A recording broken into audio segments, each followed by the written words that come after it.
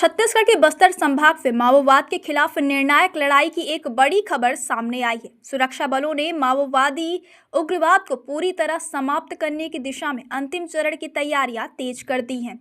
ताजा रिपोर्ट्स के मुताबिक माओवादी संगठन इस समय अपने सबसे कमजोर दौर से गुजर रहा है और बस्तर संभाग के अधिकांश जिले अब माओवादी गतिविधियों से लगभग मुक्त हो चुके हैं।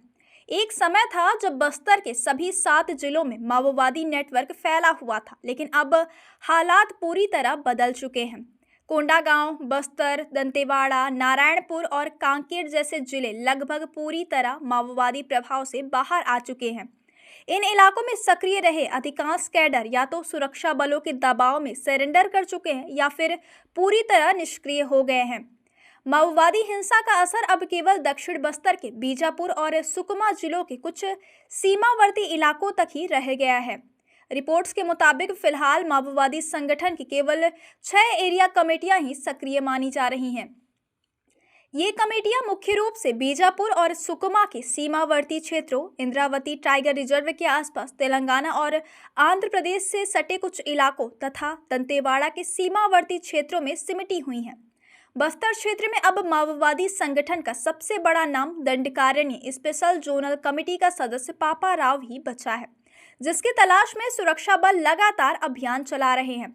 इसके अलावा डीवीसीएम और एसीएम स्तर के कुछ माओवादी कैडर अपनी जान बचाने के लिए लगातार ठिकाने बदल रहे हैं। साल 2026 के शुरुआत में सुरक्षा बलों को एक बड़ी सफलता उस वक्त मिली जब सुकमा जिले में कोंटा एरिया कमेटी को पूरी तरह खत्म कर दिया गया। इसे माओवादी संगठन के लिए स्पष्ट चेतावनी माना जा रहा है कि अब बस्तर में उनके लिए कोई सुरक्षित ठिकाना नहीं बचा है। सुरक्षा एजेंसियां अब न केवल निचले स्तर के कैडरों पर बल्कि पोलित ब्यूरो और सेंट्रल कमेटी स्तर के माओवादियों पर भी नजर बनाए हुए हैं।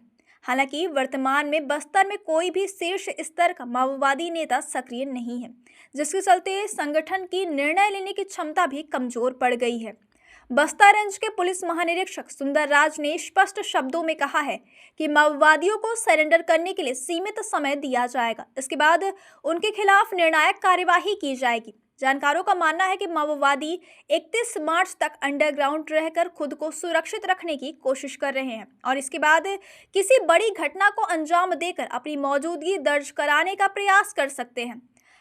हालांकि सुरक्षा बल किसी भी तरह की चूक नहीं करना चाहते और हर संभावित खतरे पर नजर रखे हुए हैं। इस पूरे अभियान के दौरान माओवादी संगठन को एक और बड़ा झटका तब लगा जब पीएलजीए बटालियन से जुड़े कमांडर बरसे देवा ने तेलंगाना में सरेंडर कर दिया। बरसे देवा कुख्यात माओवादी नेता माडवी हिडमा का करीबी माना जाता था और सुरक्षा बलों की कार्यवाही के चलते उसे आत्मसमर्पण के लिए मजबूर होना पड़ा।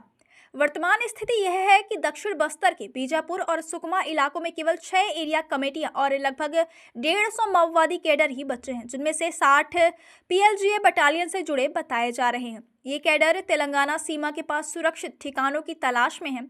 सुरक्षा बलों ने माओवाद को खत्म करने की डेडलाइन 31 मार्च 2026 तय की है और अंतिम प्रहार के लिए पूरी फोर्स तैयार कर ली गई है।